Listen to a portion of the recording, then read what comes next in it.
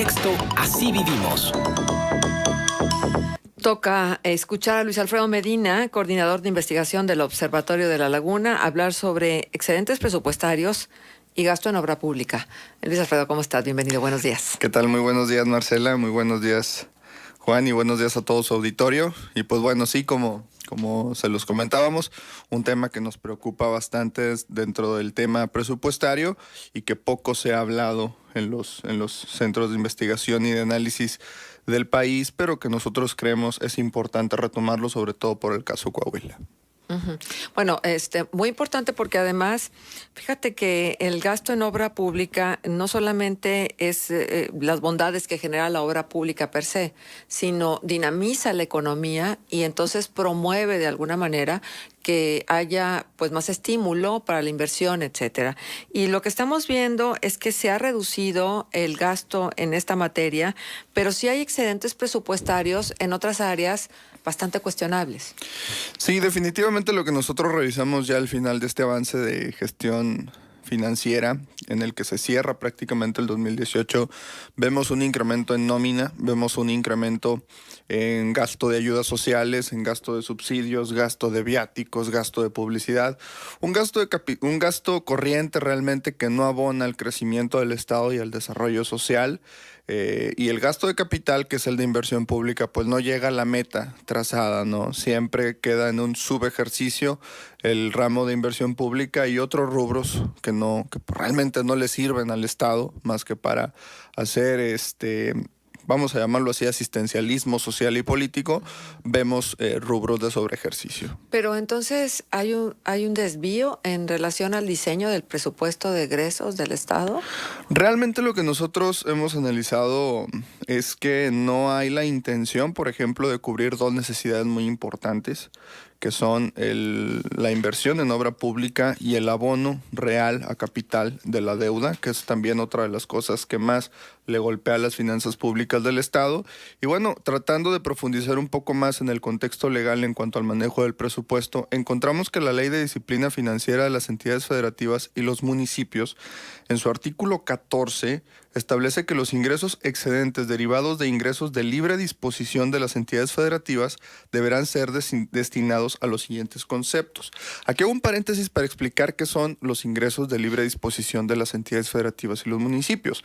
Aquí vendrían a entrar todo lo que son participaciones federales, es decir, aquellos recursos que la federación te envía de acuerdo a tu crecimiento económico, de acuerdo a tu recaudación y de acuerdo a tu población, ¿no? Esto es, vamos a llamarlo así, un premio o un incentivo a la productividad de las entidades o de los municipios.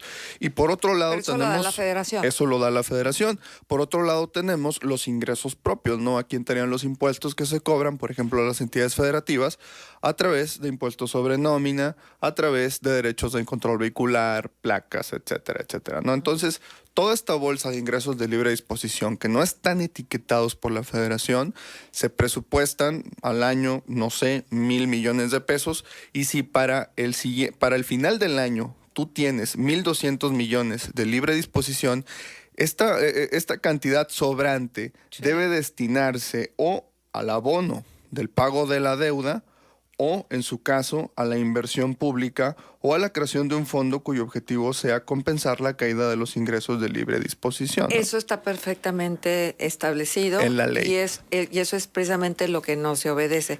Déjame preguntarte algo.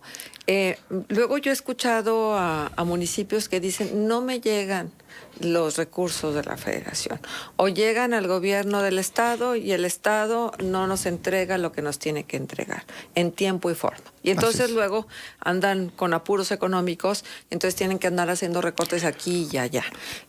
¿Esto qué tan factible es? Pasa. Sí, pasa. ¿Y qué tan frecuente es que pase? De hecho, gran parte de los municipios, por ejemplo, del estado de Coahuila, dependen en un 90% promedio de sus ingresos de lo que les manda la federación, y realmente es el gobierno del estado quien distribuye estos recursos hacia los municipios, y muchas de las veces los gobernadores en todo el país, no es un caso exclusivo de Coahuila, no les da lo que la federación realmente les está mandando, ¿no? Y esto es peligrosísimo porque los municipios dependen en gran medida, y los estados también, de lo que les manda la federación. ¿Y esto es más factible cuando hay diferentes colores gobernando? Esto obedece más al tinte ente presupuestario de los gobernadores o de las entidades federativas, es decir, le dan prioridad a gastos, como lo dije en un principio, corriente, que beneficie a la nómina, que beneficie a la promoción del gobierno en turno, y pues al final dejan la parte de las participaciones que por ley deben de entregar, y que obra aparte ya pública y vienen deuda. etiquetadas, ¿no? Ya se dice corresponde Sí. esto para los municipios. Tú tienes un presupuesto que va a variar lógicamente a lo largo del año. Si llegan más recursos de IVA, impuestos sobre la renta o cuestiones petroleras, pues lógicamente la federación les va a mandar más Pero participaciones. debe variar a la alza, no a la baja. Positivamente, es lo Sí. que nosotros esperaríamos que fuera positivo y sin embargo no se está dando. Pero fíjate, volviendo un poco al tema de los excedentes presupuestarios, ahí me gustaría decirles de cuánto estamos hablando. Es decir, de millones de pesos que muchas de las veces no sabemos los coahuilenses, los torreonenses, los mexicanos que se está llevando a cabo. Por ejemplo, fíjense nada más, en 2016 hubo un presupuesto de libre disposición o de ingresos de libre disposición de 21,237 millones de pesos para el estado de Coahuila. Se recaudaron 24,815 millones de pesos, es decir, hubo un excedente de 3,579 millones de pesos. Para 2017 el excedente fue de 4,794 millones de pesos y para 2018 el excedente fue de 2,208 millones de Es pesos. una barbaridad de dinero. Porque Entonces- ¿equivale al presupuesto de Torreón? Prácticamente estamos hablando del presupuesto de un municipio muy grande como es Torreón, pero si nosotros lo tradujéramos a lo que realmente dice la ley, el artículo 14 de esta ley, nosotros hubiéramos visto, por ejemplo, porque lógicamente estos excedentes que te dan al final de un año, debes de aplicarlos al siguiente. Si nosotros en Coahuila hubiéramos aplicado esta ley, en 2017 la obra pública fue de 2,648 millones de pesos. Si se hubiera aplicado este artículo 14, la obra pública hubiera sido de 6,227 millones de pesos. En 2018... Uy, ya hubiéramos hecho el drenaje. Recursos sí hay, el problema es que no hay voluntad política. Nosotros siempre lo hemos... Bueno, se van a otros rubros como lo es nómina, como lo es gasto de ayudas sociales, Pero ese subsidios. destino es discrecional, es decir, es al arbitrio del gobierno. Nosotros hemos solicitado muchas veces a través de las plataformas de transparencia que nos digan en dónde se está gastando, por ejemplo, el recurso de obra pública. Es decir, ¿dónde están esos 2,648 que se ejercieron en 2017? Y no hemos recibido una respuesta. ¿Quién debería, independientemente del esfuerzo que se hace de las organizaciones de la sociedad civil que atienden estos temas, quién debería de darle seguimiento a ese dinero? ¿El Congreso? El Congreso, por lo que nosotros hemos escuchado a diputados de la oposición, es que sí han hecho este llamado, incluso han citado a comparecer al secretario de Finanzas, pero la respuesta del Estado siempre ha sido negativa. De hecho, nosotros estas solicitudes las hemos hecho al secretario o directamente a la Secretaría de Finanzas, solicitudes que pues, nos han mostrado un rechazo vil, ¿no? Y fíjate, de hecho, ahorita que hablas del tema del drenaje pluvial, hay otros temas que preocupan muchísimo en otras regiones de Coahuila y que pues, lógicamente no se ha visto resuelto el problema, y es que en 2018 el gobierno del estado dice que cerramos con una inversión histórica de más de 4,000 millones de pesos. Una inversión pública que supera pues, todas las cantidades que teníamos el año pasado. Si sumamos los excedentes que quedaron de 2017, esta obra pública hubiera sido de 9,000 millones de pesos. Hubiera sido 9,000 millones de pesos. Y eso es muy interesante porque al final de cuentas esto va a abonar a la competitividad del Estado. Ahora, en el presupuesto de egresos para este año 2019 hay un artículo transitorio que dice, artículo segundo, que en caso de que durante el ejercicio fiscal 2019 la Hacienda Pública del Estado cuente con ingresos excedentes derivados de libre disposición, deberán aplicarse en los términos señalados del artículo 14 de la Ley de Disciplina Financiera. Es decir, hoy además del artículo 14 de la Ley de Disciplina Financiera que nosotros tenemos a nivel federal, el presupuesto de egresos del Estado está marcando que estos 2,208 millones de pesos excedentes que fueron del año fiscal 2018 deben irse exclusivamente a obra pública o a deuda pública. Entonces, en el supuesto de que los diputados hagan bien su chamba y exijan que se aplique como debe ser la ley y el presupuesto de egresos y el gobierno del Estado tenga la intención de invertir en obra pública, nosotros deberíamos de tener una obra pública por 4,816 millones de pesos para este año 2019. ¿Pero la ley marca alguna sanción a quien incumple?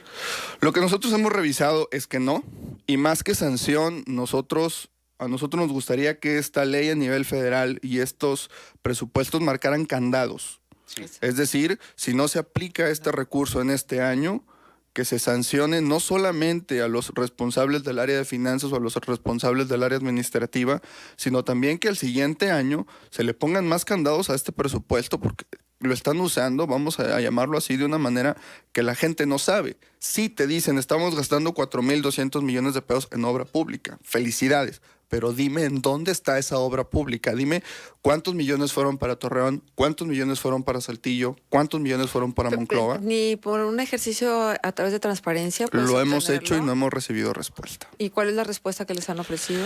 Mira, lo que nosotros siempre hemos alegado es que se nos den cuentas claras, números claros. Nos han mandado datos por ahí en un CD que no tienen lectura, vamos, fácil. Hemos tratado de correr el lápiz en Excel y los números no te dicen nada. Volvemos a hacer la solicitud y nos piden tiempo. Se va a recurso de revisión y pues la respuesta siempre es la misma, ¿no? Al final de cuentas, nosotros no sabemos en qué se están gastando estos 4,000 millones. O sea, para de pesos. recapitular, dicen que se gastan en obra pública y no se gastan en obra pública. A nosotros nos gustaría saber en qué obras públicas se está gastando. O sea, Pues es el más rubro, o menos lo el mismo, rubro, nada más que con un twist. el rubro de obras, en dónde están ubicadas, el monto en que se fueron ejecutadas. Incluso a nosotros nos gustaría saber hasta las empresas que participaron en la licitación O sea, de estas obras públicas. El gobierno reconoce esa cantidad y dice, sí, lo he gastado en obra pública. Sí, pero no sabemos Lo que- en cuáles. Lo que se necesita es claridad en cada una, o que Así es. digan exactamente cómo se lo gastaron. Así es. Ujú. Bueno, pues hay que seguir perseverando porque ¿qué otra cosa? Mira, desde que fue lo del impuesto sobre nómina que nosotros sacamos a relucir esta posible duplicidad, nosotros se lo dijimos, o les creemos que es imposible una duplicidad. Tiempo después aceptaron que se había ido para deuda. Pero díganos dónde están esos montos que ustedes dicen que se gastaron en obra pública y el origen de los recursos. Nunca se nos dio una respuesta, ¿no? Entonces nosotros decíamos, es que aquí hay una duplicidad de obra ¿Y no pública. hay una instancia superior que pueda obligar a Debería gente de ser la Auditoría transparencia? Superior del Estado de Coahuila.